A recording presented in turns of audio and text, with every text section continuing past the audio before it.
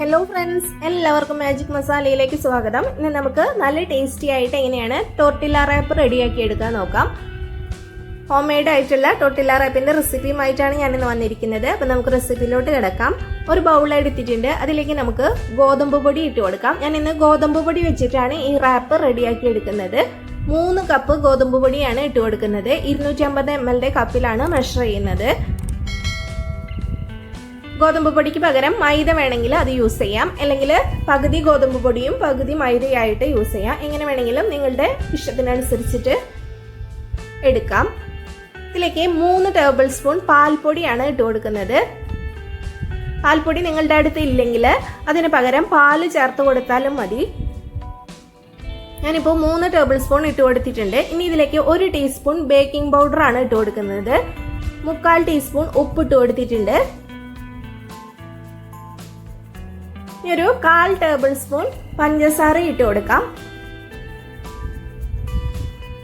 ഈ dry ingredients എല്ലാം കൂടി നന്നായിട്ടൊന്ന് മിക്സ് ചെയ്തെടുക്കാം. അതിനുശേഷം കുറേശ്ശെയായിട്ട് വെള്ളം ഒഴിച്ച് നന്നായിട്ട് കുഴച്ചെടുക്കാം. ഞാനിപ്പോൾ 1 കപ്പ് ഇളം ചൂടുള്ള വെള്ളമാണ് ഒഴിച്ചു കൊടുക്കുന്നത്. നന്നായിട്ടൊന്ന് മിക്സ് ചെയ്ത് നോക്കുക.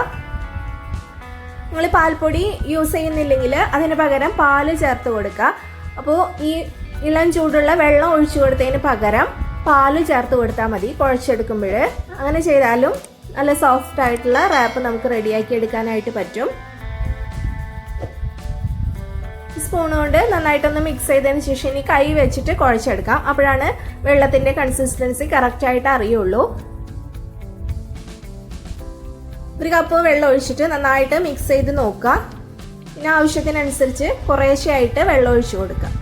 ഇളം ചൂടുള്ള വെള്ളം വേണം ഒഴിച്ചു കൊടുക്കാനായിട്ട്. നന്നായിട്ട് കുഴച്ചെടുക്കുക. ചപ്പാത്തി മാവിൻ്റെ പരുവത്തിൽ നല്ലതുപോലെ കുഴച്ചെടുത്തിട്ടുണ്ട്. ഇനി ഇതിലേക്ക് 1 ടേബിൾ സ്പൂൺ ബട്ടർ കൂടി ചേർത്ത് ഒന്നുകൂടി ഒന്ന് കുഴച്ചെടുക്കാം. ഇനി മീതെ കുറച്ച് ബട്ടർ ഒന്ന് തടവി കൊടുത്തിട്ടുണ്ട്. ഇനി നമുക്കിത് റെസ്റ്റ് ചെയ്യാനായിട്ട് വെച്ച് കൊടുക്കാം. 2 മണിക്കൂർ നമ്മൾ ഇതുപോലെ റെസ്റ്റ് ചെയ്യാനായിട്ട് വെക്കണം. 2 മണിക്കൂർ കഴിഞ്ഞിട്ടുണ്ട്. മാവ് നല്ല സോഫ്റ്റ് ആയിട്ടാണ് ഇരിക്കുന്നത്. നമ്മളിപ്പോൾ ബട്ടർ യൂസ് ചെയ്തതിന് പകരം ബട്ടർ ഇല്ലെങ്കിൽ അതിന് പകരം ഓയിൽ യൂസ് ചെയ്യാം. ഓരോ ഉരുളകളായിട്ട് എടുത്ത് നമുക്കിത് നന്നായിട്ട് പരത്തിയെടുക്കാം. നല്ല നൈസായിട്ടാണ് പരത്തിയെടുക്കേണ്ടത്. ചൂടായ തവയിലേക്ക് ഇട്ട് കൊടുക്കാം. ഹൈ ഫ്ലെയിമിലാണ് വെച്ച് കൊടുക്കേണ്ടത്. തിരിച്ചു മറിച്ചിട്ട് കുക്ക് ചെയ്തെടുക്കുക. ഞാൻ ഇതുപോലെ ഓരോന്നും പരത്തിയെടുത്ത് അപ്പാപ്പ ചുട്ടെടുക്കുകയാണ് ചെയ്യാറുള്ളത്. അതിന് പകരം എല്ലാതും പരത്തി വെച്ചിട്ട് ചുട്ടെടുക്കാം.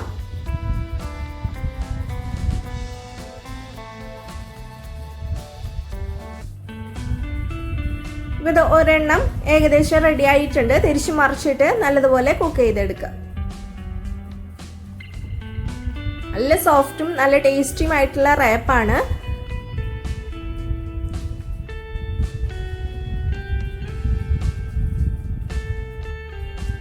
ഇതിവിടെ റെഡി ആയിട്ടുണ്ട്. നമുക്ക് എടുത്ത് മാറ്റാം. ഇതുപോലെ എല്ലാതും നമുക്ക് ചുട്ടെടുക്കാം. ഫ്ലെയിം കുറച്ച് വെച്ചിട്ട് റെഡിയാക്കി എടുക്കരുത്. അപ്പോൾ ഇത് കുറച്ച് ഹാർഡായിട്ട് പോവും. ഹൈ ഫ്ലെയിമിൽ വെച്ചിട്ടാണ് ഇത് പെട്ടെന്ന് കുക്കായിട്ട് കിട്ടും. അപ്പോൾ ഇതുപോലെ റെഡിയാക്കി എടുക്കുക. ഇപ്പം എല്ലാതും നമ്മളിവിടെ റെഡിയാക്കി എടുത്തിട്ടുണ്ട്.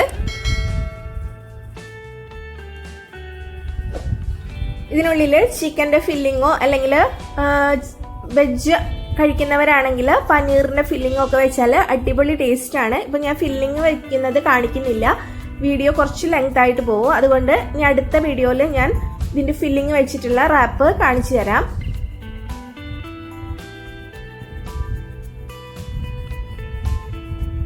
കുട്ടികൾക്ക് ഏറ്റവും ഇഷ്ടമുള്ളതാണ് റാപ്പൊക്കെ കഴിക്കാനായിട്ട്. അപ്പോൾ അവർക്ക് ഇതുപോലെ ഉണ്ടാക്കി കൊടുക്കാം. നല്ല സോഫ്റ്റും ടേസ്റ്റിയും ആയിട്ടുള്ള ഹോം മെയ്ഡ് റാപ്പാണ്. എല്ലാവരും ട്രൈ ചെയ്ത് നോക്കൂ കേട്ടോ. ഇഷ്ടപ്പെട്ടാൽ ലൈക്ക് ചെയ്യാനും ഷെയർ ചെയ്യാനും സബ്സ്ക്രൈബ് ചെയ്യാനും മറക്കരുത്. Thank you.